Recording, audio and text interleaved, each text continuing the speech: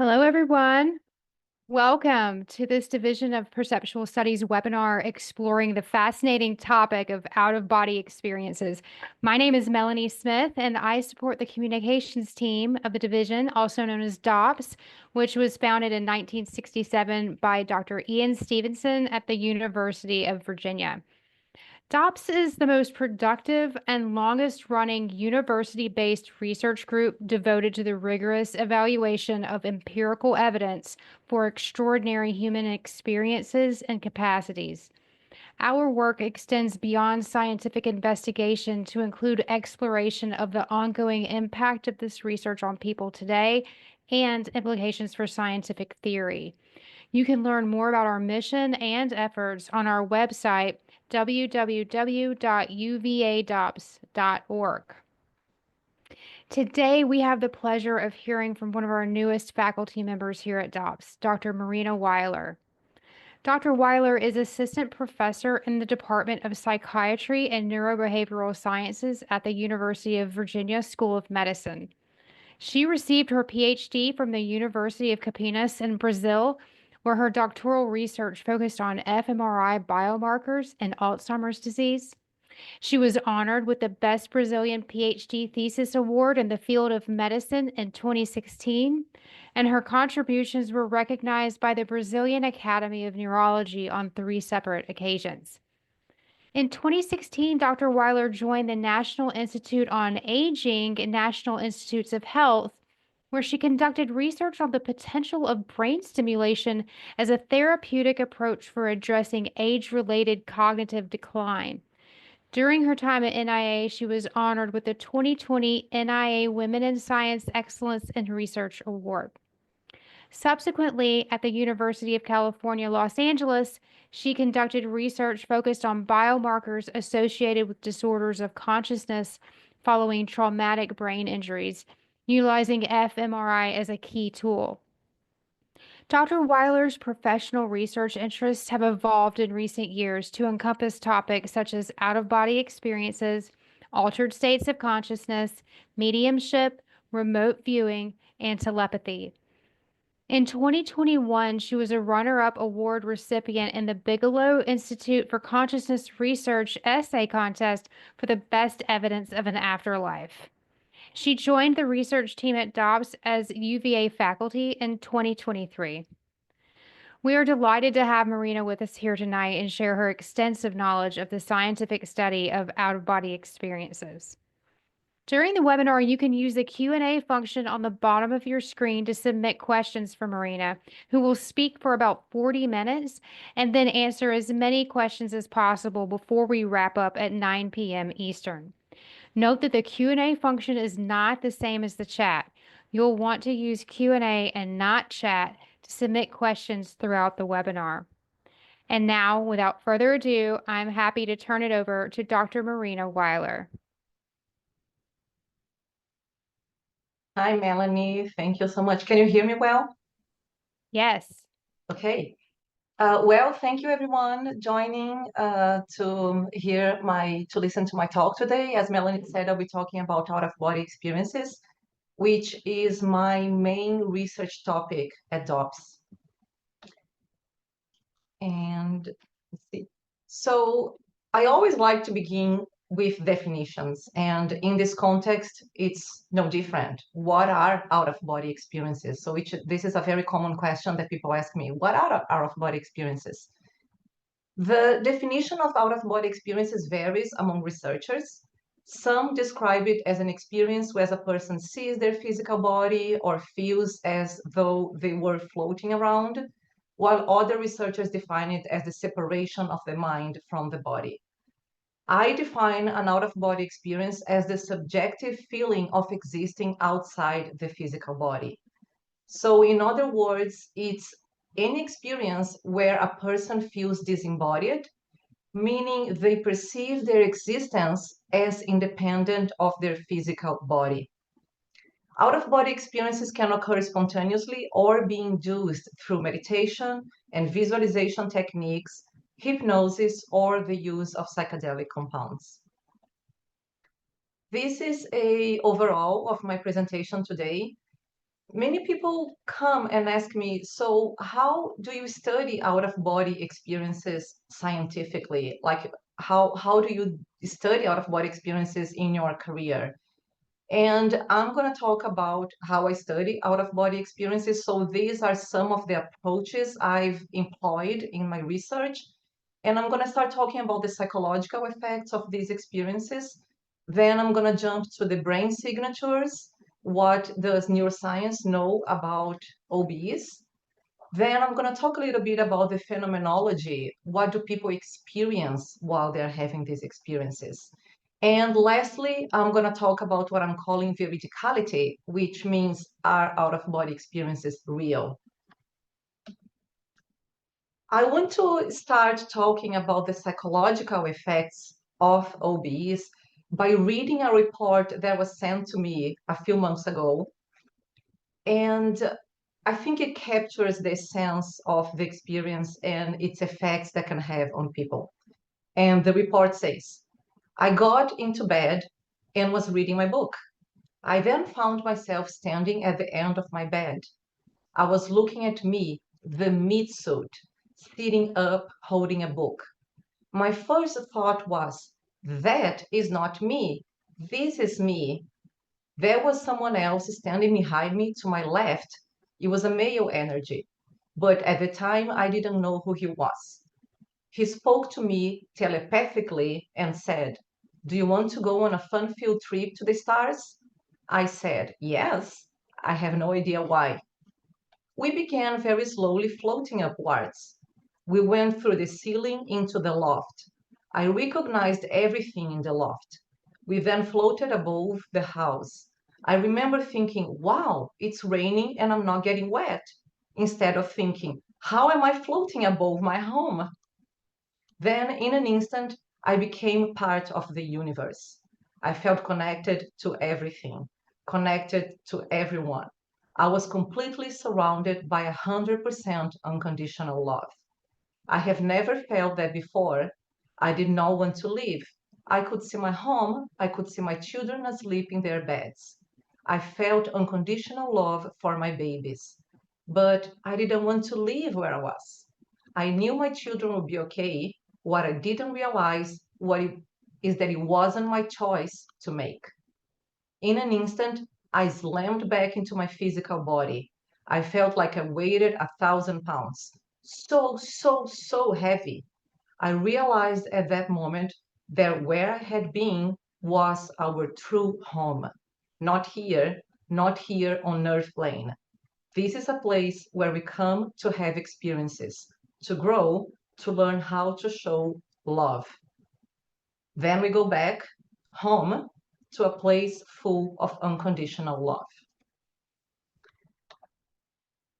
Well, I think the report that I just read, as I mentioned, captures the essence of an out-of-body experience and the transformative effects it have on individuals. To quantify some of the unquantifiable, there are very few papers out there trying to measure how much an out-of-body experience changes people. And there is one study from 1982 that interviewed 339 participants. And they said that they found that 55% of people that have had an out-of-body experience said life was profoundly changed by the experience. 71% described it was an encounter of lasting benefit.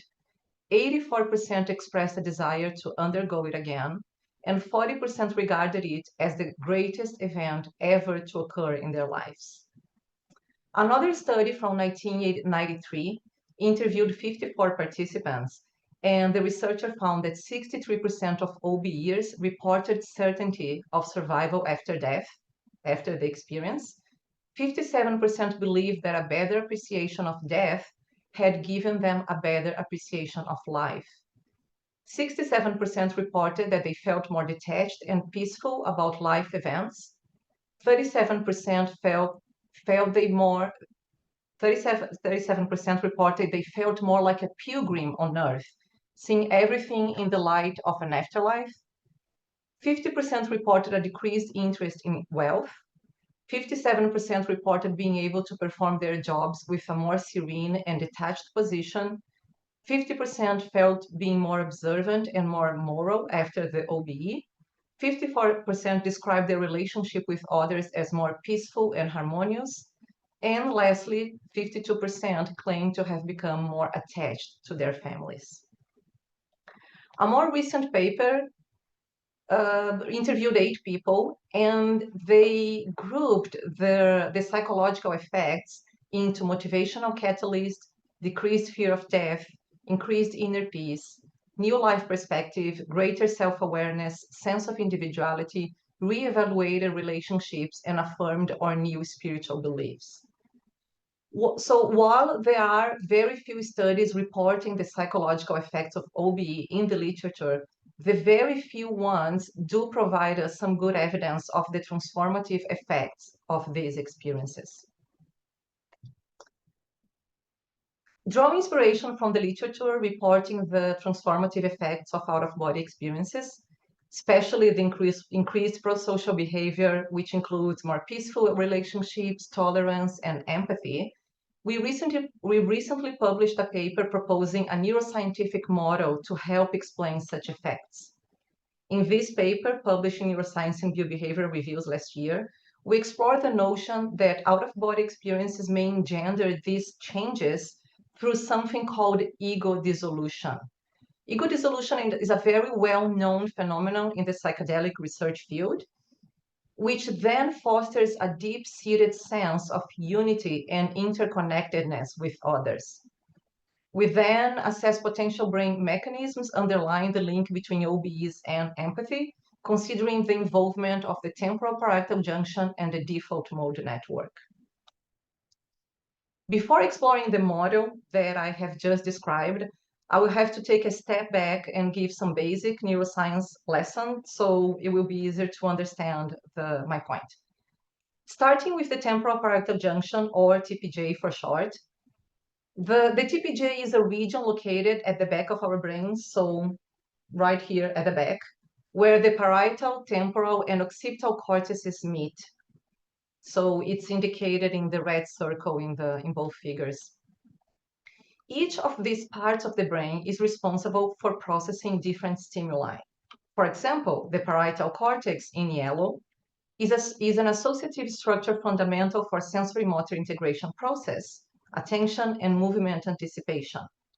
The temporal cortex in green is responsible for processing auditory information and encoding memory.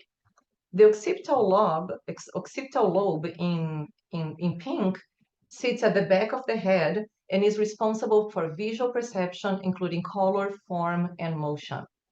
The temporal parietal junction is a polysensory cortical area that converges all of this information.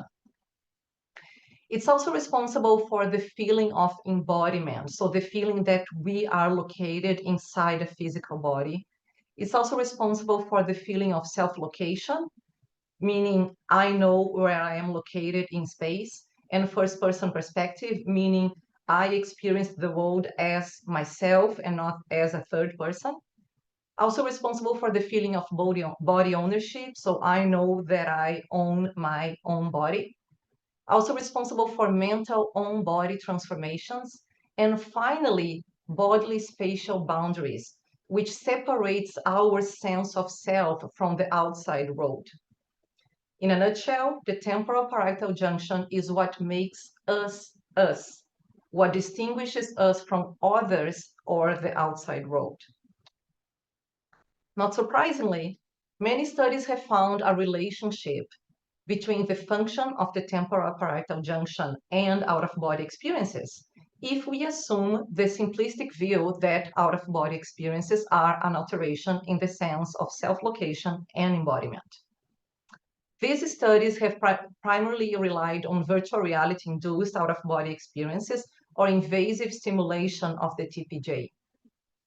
For instance, in studies using virtual reality, researchers attempt to simulate out-of-body experiences using virtual reality devices. And in brain stimulation studies, researchers stimulate a specific area of the brain, in this case, the temporal parietal junction, and they ask the participant or the patient to report their experiences. Another brain region that is relevant to understanding the brain signatures of out-of-body experience is the default mode network. In fact, the default mode network is not a single brain region, but rather a set of interconnected regions that includes the temporal parietal junction, along with the posterior cingulate cortex in orange in the figure, and the medial prefrontal cortex in green in the figure. These regions are functionally connected and active during specific mental states, which surprisingly account for 50% of our time. And what are we doing 50% of our time? Well, we are daydreaming, we are thinking about our lives, we are thinking about past events, we are planning for the future, and we are engaging in our own thoughts. When left undisturbed, all of us will automatically engage in such mental activities. This is our default mental state. Due to its role in autobiographical memory and self-referential processing, the DMN has been considered the source of the ego. The DMN is what makes us us. However, unlike the TPJ, which defines us spatially and separates us from others, the DMN is responsible for constructing our narrative self, our life stories, our sense of identity, and our understanding of who we are and who we will be based on remembering of who we were. Remarkably, some studies have found a relationship between the DMN function and extraordinary or mystical experiences.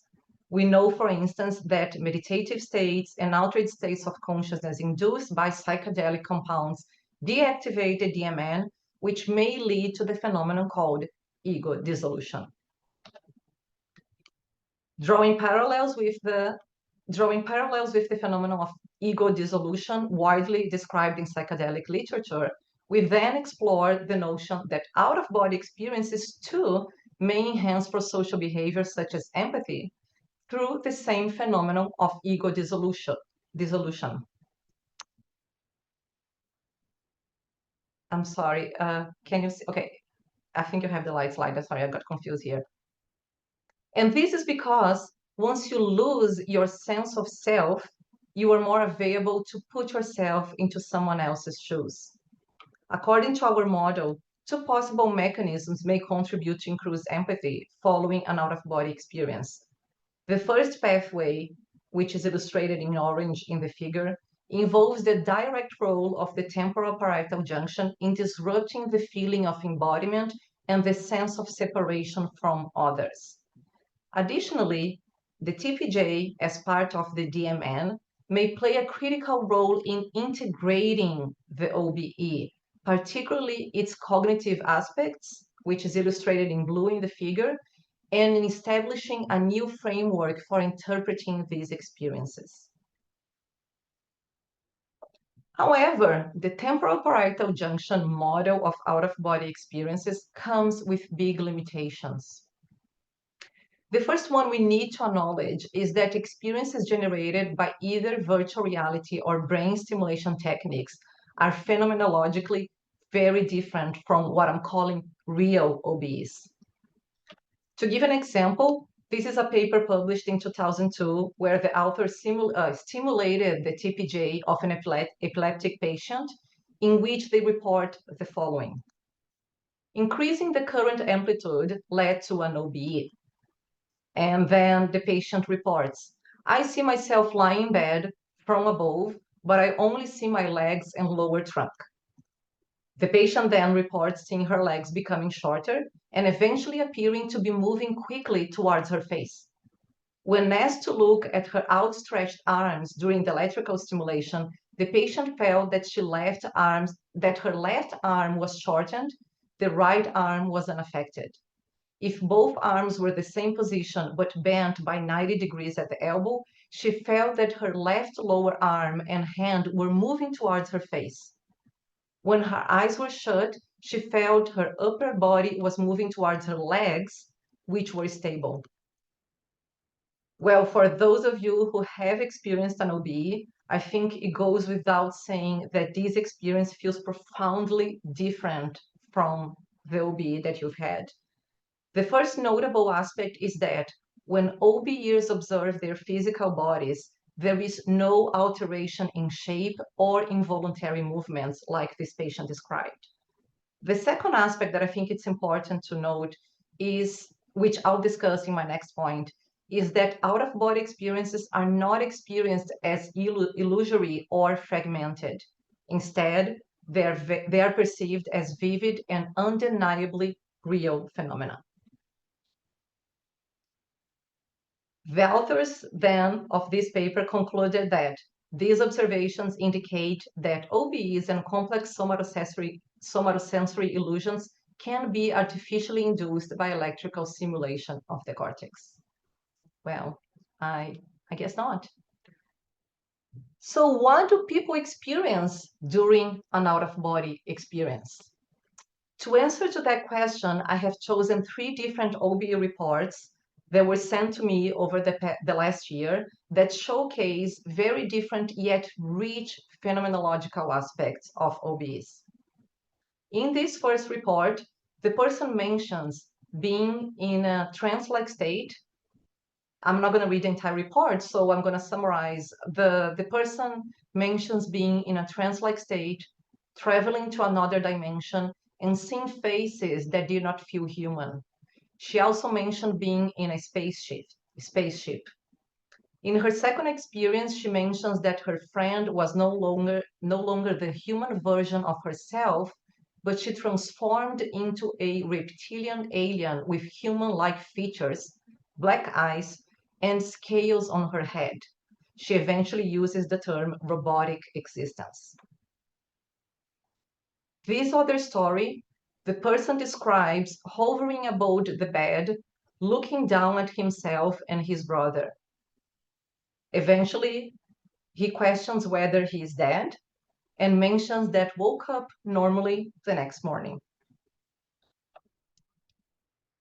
Unless you are a really fast reader, I don't expect anyone to read this entire story. So again, I'm going to summarize it.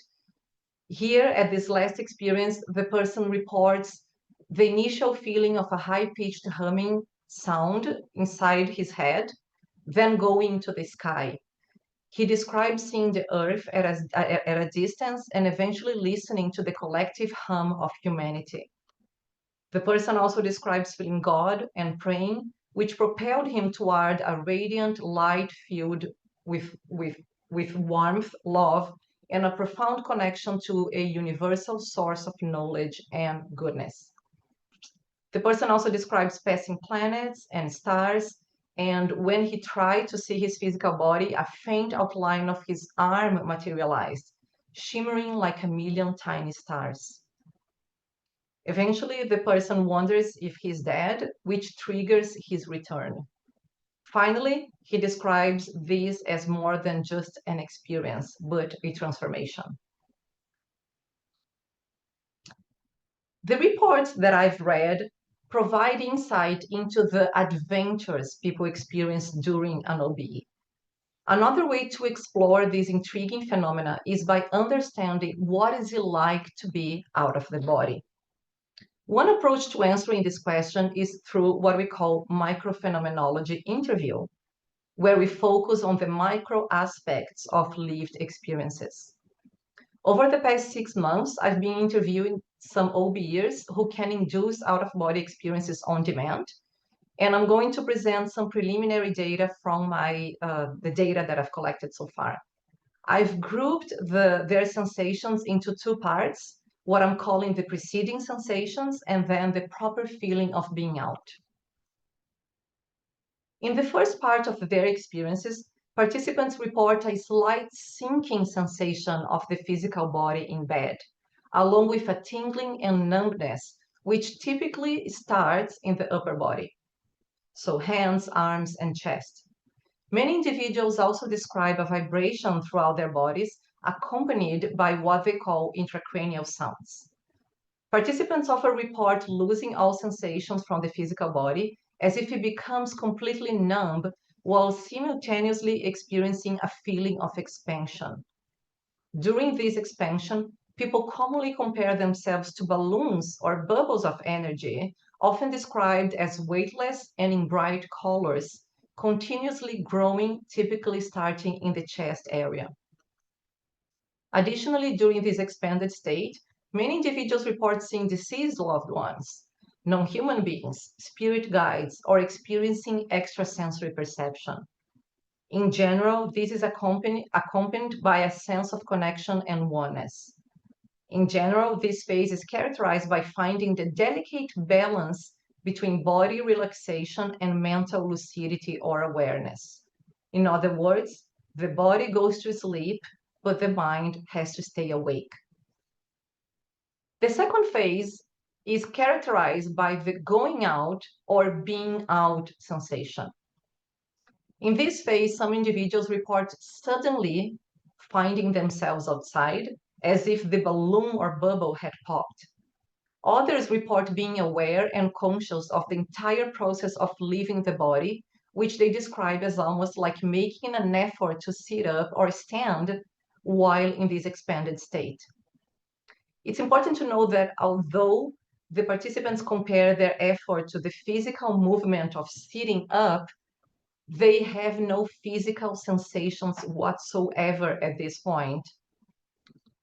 Some participants describe feeling a detachment from the physical bodies as if they could sense their arms or legs leaving, like floating, but not the physical limbs themselves.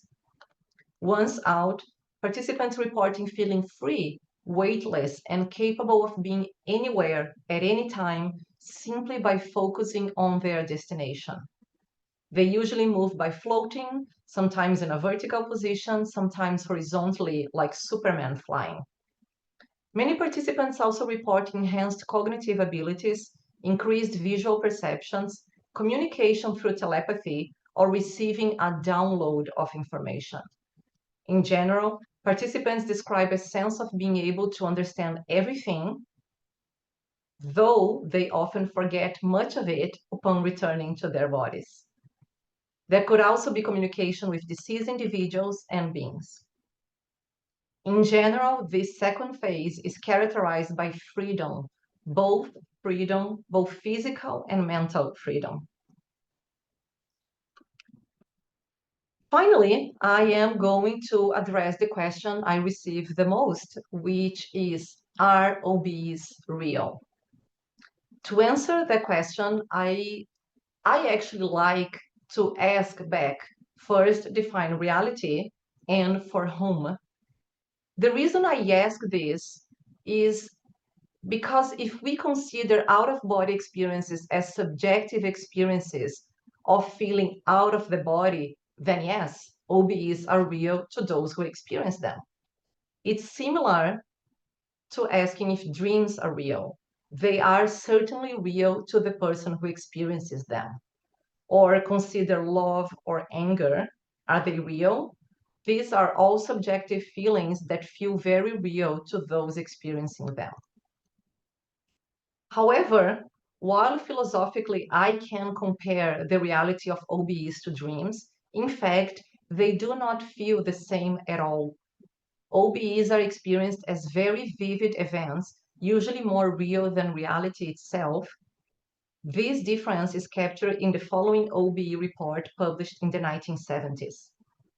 There was the overwhelming conviction that I had not been dreaming or hallucinating. I do not mean that as an afterthought or rationale, but I knew conclusively from the moment the experience began that I was experiencing reality, not some wild fantasy my mind had created. My remembrance of dreams, which is excellent, and of the experience were not comparable. It's a different story, however, if the question is, does anything, meaning a soul or consciousness, actually leave the body? My colleague David Acunzo and I have recently published a paper exploring what out-of-body experiences can reveal about the mind beyond the mind beyond the brain. In this paper, we examined three distinct frameworks in which out-of-body experiences could provide evidence that the mind exists beyond the body. The first framework suggests that individuals can, in some way, perceive information that would be inaccessible based on their location of their physical bodies, thereby transcending space and potentially even time. This transformation would be perceived through extrasensory means, meaning not using any of the five commonly known senses, such as sight, hearing, taste, smell, or touch. Instead, they would be relying on a sixth sense to acquire the information. Within the concept of non-local consciousness, we can explore two possibilities: that nothing physically leaves the body, yet individuals still acquire information, or that consciousness literally exists, exits the body, and moves to distant locations. The second framework considers the possibility that consciousness may function independently of the brain. This goes beyond non-locality, suggesting that consciousness can exist regardless of the brain's functional state. The third framework explores the idea that consciousness survives brain death. Here, consciousness is not only non-local and independent, but also persists beyond the death of the brain. It goes without saying that all of these hypotheses and the evidence we present in this manuscript challenge the prevailing philosophical framework called physicalism, which posits that consciousness or the mind can be fully explained by physical processes and is entirely a product of brain activity. What then would constitute evidence for non-locality? While I won't provide an extensive review of the literature, I have selected only a few published results that illustrate the frameworks described in the previous slide. I'm going to give you one example of each framework. One such study was conducted by Charles Tart in the 1960s. Tart studied a woman who frequently claimed to have out-of-body experiences, whom he eventually referred to Miss Z. Tart brought Miss Z to his lab for 4 nights, and on the 4th night, she reported having an out-of-body experience. Remarkably, Tart had placed a 5-digit number on the top of a 2-meter-high shelf, visibly only from an out-of-body perspective. Miss Z correctly identified the number 25132, and the odds of guessing a 5-digit number correctly by chance are 1 in 100,000. Still within the context of non-locality of consciousness, some researchers have tested the hypothesis that something actually leaves the body and travels to a distant location. Various methodological approaches have been used to explore this idea. One approach, for example, considers whether the OBE provides a detailed and accurate description of the people, scenes, and events at the visited location, which would support then the externalization hypothesis. Another approach examines whether the OBE is perceived by individuals present at the visited location during the experience, what we call apparitions. A study conducted in 1950s examined 288 such cases using a evidentiality scoring procedure. The researchers rigorously evaluated 4 primary hypotheses. The first one, the possibility of a faulty memory or exaggeration by witnesses creating the illusion of validity, the role of coincidence in the reported phenomena, the likelihood of deliberate hoaxes, and whether any verifiable instances could be explained by telepathy, clairvoyance, or precognition.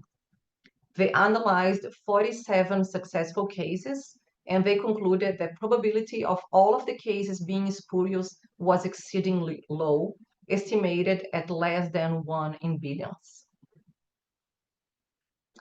Another approach to testing the externalization hypothesis involves using sensors placed near the target to capture the presence of this dislocated consciousness.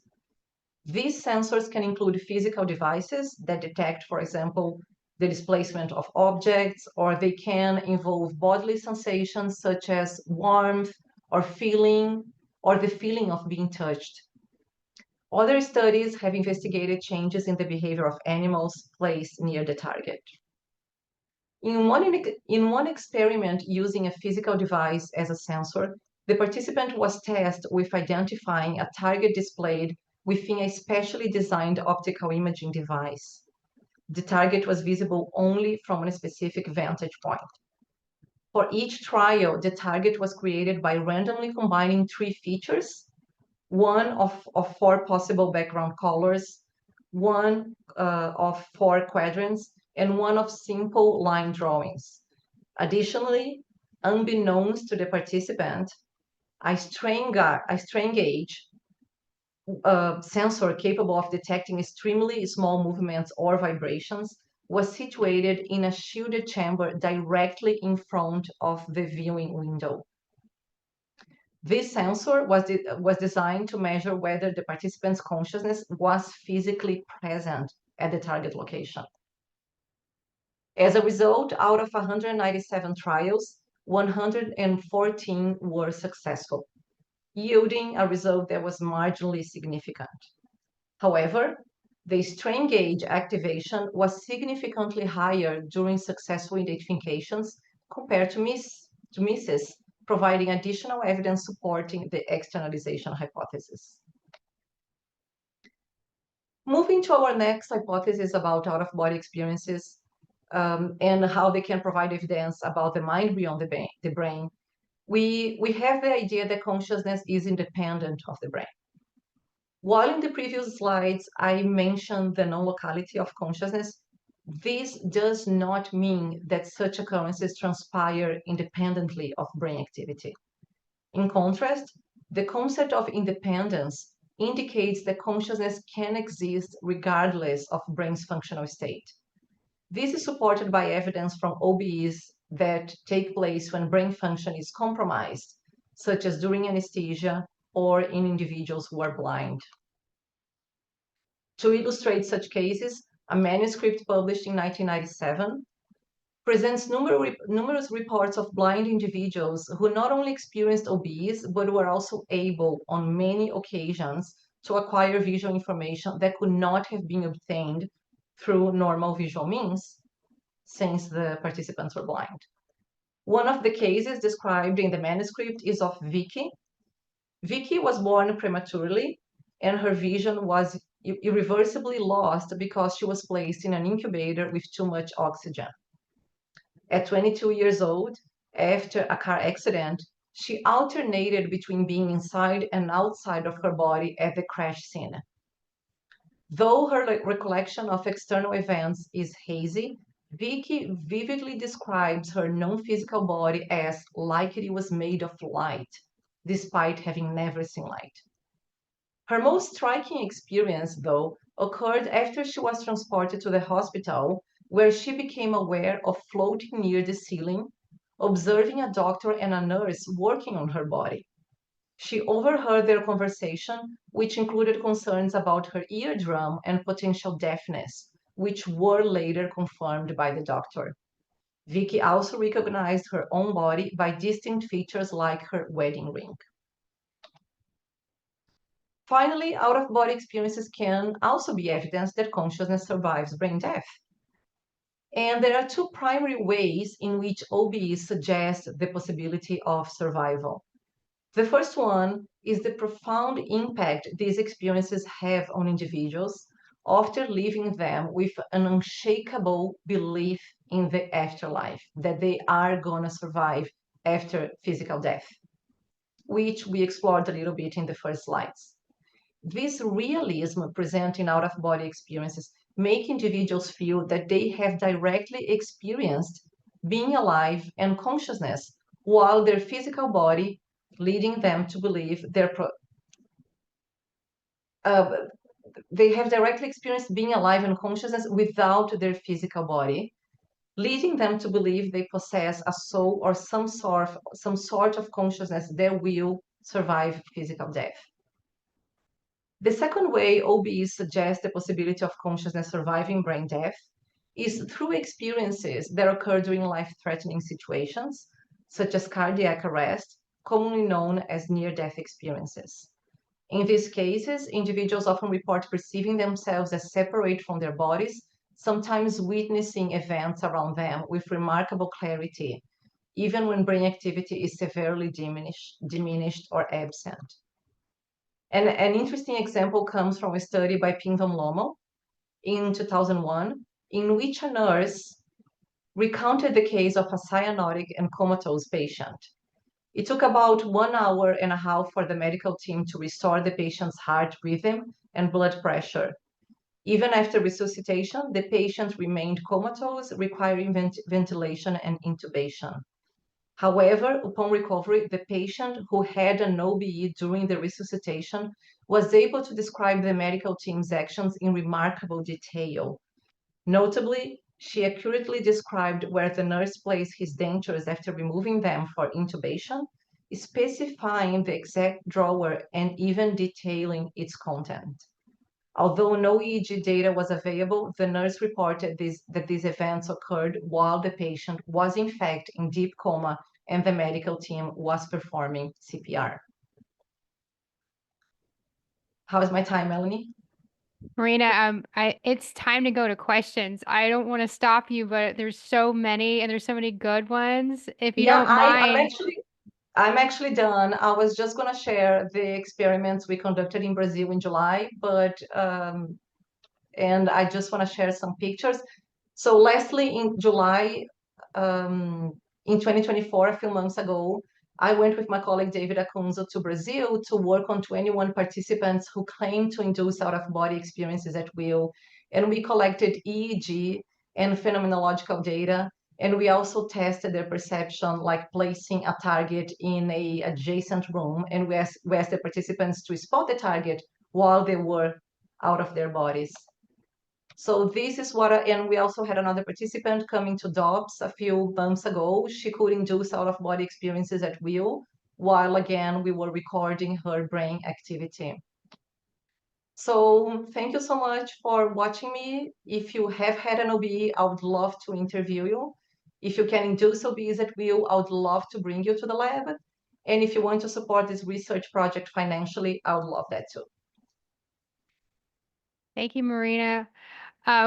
Okay, so we have a lot of questions, and what I've been doing is I've been trying to group them into similar questions. I think that there's several people who are asking sort of the same thing. So I'm going to do my best to address different topics and get to as many people as possible. One of the main things that people have been asking are, can you explain the difference between an OBE and remote viewing, disassociation, NDEs, and a different phenomenon like that? I know the answer to that, but I would like for you to tell everyone how you define those and how they're related. That's a great question. I think we're still trying to figure it out. I would say that, long story short, if the person feels disembodied, if the person during that event, during that experience, feels that they existed without being in a physical body, I would call an out-of-body experience, which is a little different from remote viewing or lucid dreaming, for example, where the person doesn't necessarily feel disembodied. And a near-death experience, again, there are so many different ways of seeing it. Some people consider that an out-of-body experience can occur during a near-death experience. Others consider a near-death experiences are types of out-of-body experiences that are occurring during cardiac arrest or clinical death. So yeah, hopefully I answered to the question. It's complicated. It's kind of the answer, but they are similar, right? And related, but it's hard to sometimes to know exactly where to draw the line and the boundary. Um, how often do you think someone can induce their own OBE versus it being spontaneous? Which do you see more often, or people reporting more often, I guess is really the question, because we don't know unless they tell us. Definitely people report more spontaneous experiences. The literature currently says that around 10 to 20% of the population experience spontaneous OBEs, and it's a lot harder to find individuals that can induce them at will. In fact, it's actually very hard to find these individuals. Like your test subjects who you have come in, it can take time for you to find enough people who can induce them to agree, who want to come to do the study, and it all works out, right? It's probably one of the hardest parts of your job. Yeah. Yeah. And Um, another thing that is really hard is because we want to understand what's happening in the brain during these experiences, the person needs to induce that experience at the exact moment that they have the EEG cap, which is, again, another limitation. It's a huge challenge for those who can induce the experience. right, right. Um, so okay, there's a lot. You guys are really into NDEs, and I understand they're awesome. Can you talk about your thoughts and your relationship with Monroe Institute and Dobbs's relationship with the Monroe Institute? Well, while we do have overlapping interests, we are trying to find ways to collaborate. Um, the Monroe Institute does teach people some techniques, especially based on auditory stimulation, like the binaural beats, to induce mystical and extraordinary experiences, including out-of-body experiences. But right now, we don't have an established collaboration, at least not in my project, but it is something we are trying to work in the future. Okay. Um, when when you are up against more mainstream scientists, the mainstream scientific field, what are the objections that you get most often that can where what you do can be dismissed or invalidated, or where do you think that we're bumping up against traditional scientific studies of the brain and of the mind? If I understand correct, are you asking like what's my biggest challenge in mainstream science? Sure, sure. Well, definitely the veridicality aspect, and trying to explain that whatever sensations, whatever experience researchers are generating with virtual reality or brain stimulation is very different from what I'm calling a real OB, which seems and feels very real, as I said, more real than reality itself. And the veridicality aspect, can someone actually go and bring in information to provide evidence for non-locality of consciousness? Okay. Here we've got, I'm going to read this question verbatim. It's unique. So, in terms of psychological effects of OBEs, do you have a sense of how long these effects impact the individual? And do these shifts in consciousness change or evolve over time? I would say the psychological effects of OBEs are forever. Once a person experiences an out-of-body experience and shifts their beliefs and the philosophical framework, I think they tend to stay there. At least personally, I haven't met anyone who started believing in an afterlife after an OBE and then shifted back to being a physicalist. Okay, gotcha. All right, let me see. Um,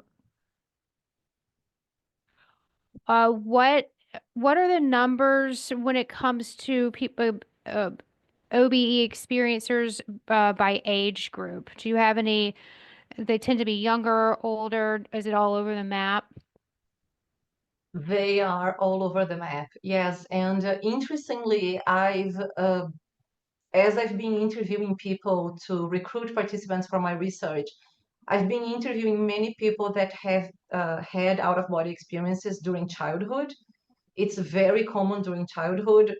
I personally have a son that had an out-of-body experience, and he experiences many things around the house. but it can be very scary for a child to have an out-of-body experience and to interpret and process that experience. So usually it's very frightening. People don't know what to make sense of their experience, again, especially during childhood. But I don't see any specific age range that these experiences occur. Okay. Let's see. I've got, do people who have regular OBEs have more psychopathologies than the general population? Well, that's an interesting question. There could be, and in fact, I've just finished collecting data for a register report that I was hypothesizing that people who have more OBs do not have worse mental health, and we found the opposite. So we used 4 different scales and questionnaires measuring social adjustment or just screening for psychiatric conditions. And we found that people who have had or are frequent OBEs, they may actually have more indicative psychopathology, a like underlying psychopathology. It doesn't mean that people who have out of body experiences are crazy. That's not whatsoever what I want to say, but there might be something related to trauma that either triggers the out of body experience in people's life, but also can be responsible for some psychiatric symptoms. So we are still trying to investigate. This was a very preliminary study. I think there's still a lot to be investigated there, but I don't want to say that having out of body experiences is indicative of a psychopathology, but we did find in our study that OBers do have more psychiatric symptoms. Okay. So have you been listening to the telepathy tapes? And if so, what are your thoughts on that and how would that cross over with your work and what you're doing? And I'm this has come up a couple of times in the chat. I think this is a really popular podcast that's going right now. Can you speak on that at all? How long do we have? Well, the telepathy tapes, what can I say? I was completely fascinated when I started listening to it. I think what I mean, if you listen to the entire podcast, it's not only limited to telepathy. These kids might have. I'm not saying they do. I think a lot more controlled experiments need to be done. I think it's a good start what Diane Powell has done, and it provides anecdotal evidence to keep the research going, but definitely we need more controlled, scientifically controlled experiments. And from the podcast, I think not only telepathy, again, it's hard to group specific experiences. This is only telepathy, this is remote viewing, this is exactly what they are. I think these kids, if they do have this ability, it's way beyond telepathy. I am very interested in studying the nonverbal autistic kids and their potential ESP abilities. And one thing that to me is very striking is the disembodiment feeling or altered sense of embodiness that autistic people have. So this is well known in the literature that all sense of embodiment is altered in the autistic community. So what I also want to figure out and explore possibly in this project is not only testing their ESP abilities, but trying to understand the relationship between embodiment and ESP abilities, which we know is already altered in this demographic. Great, thank you. If anyone doesn't know what we're talking about, look up telepathy tapes on your favorite podcast app.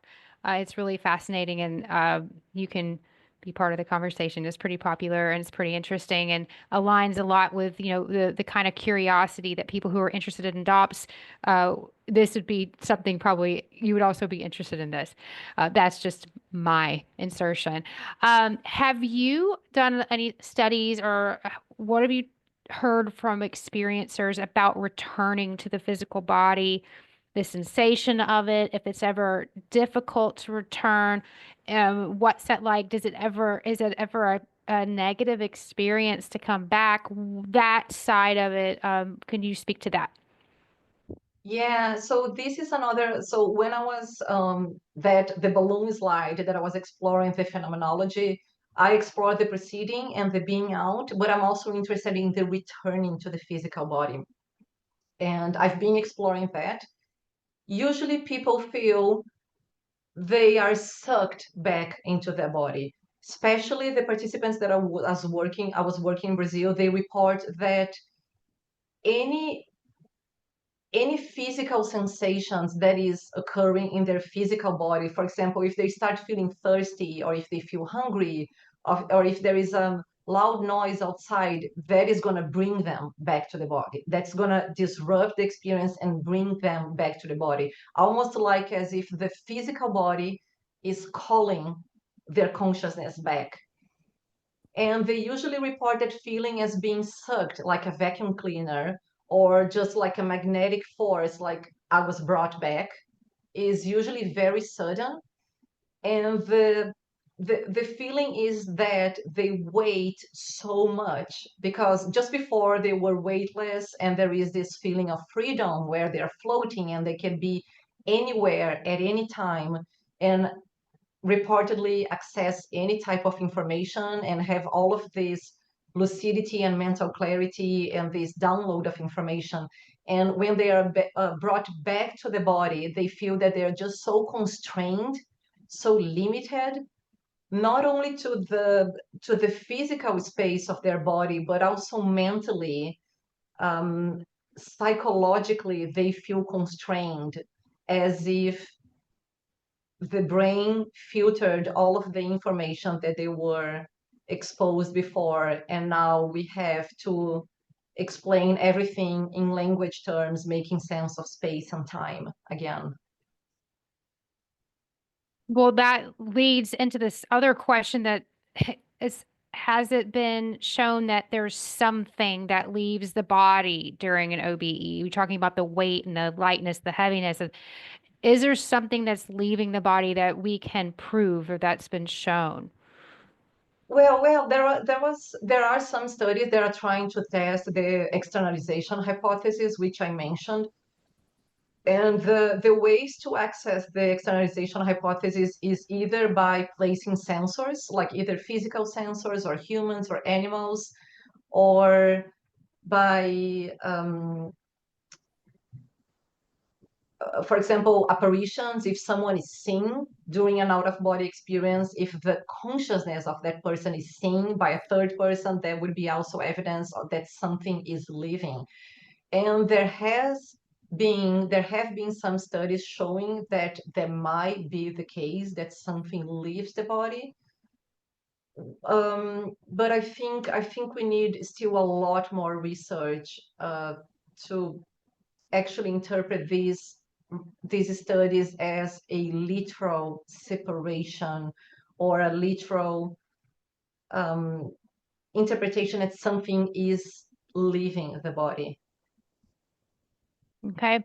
Well, we're coming up against the hour, so I'm going to wrap us up. We have a lot of questions that we did not get to, and if you guys will look in the Q&A, the chat, sorry, not the Q&A, the chat window, we've given you some information on how you can contact us, follow up. We can reach out to you and answer questions if we didn't get to them. We've given you Marina's email address if you want to get in touch with her. There's plenty of information there. I also would like to say that a recording will be emailed to all registrants in about 24 hours. You can email us at dops@uvahealth.org with further questions about this presentation and Marina's research.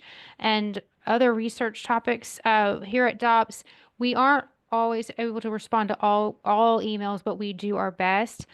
You can sign up for our bi-monthly e-newsletter.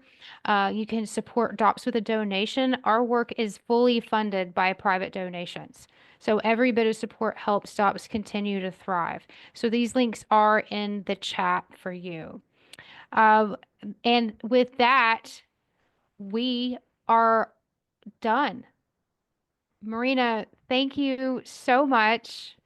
That was Yeah. great. There's so much to talk about here to cram in an hour. So thank you for all your answering all the questions and giving such a great presentation.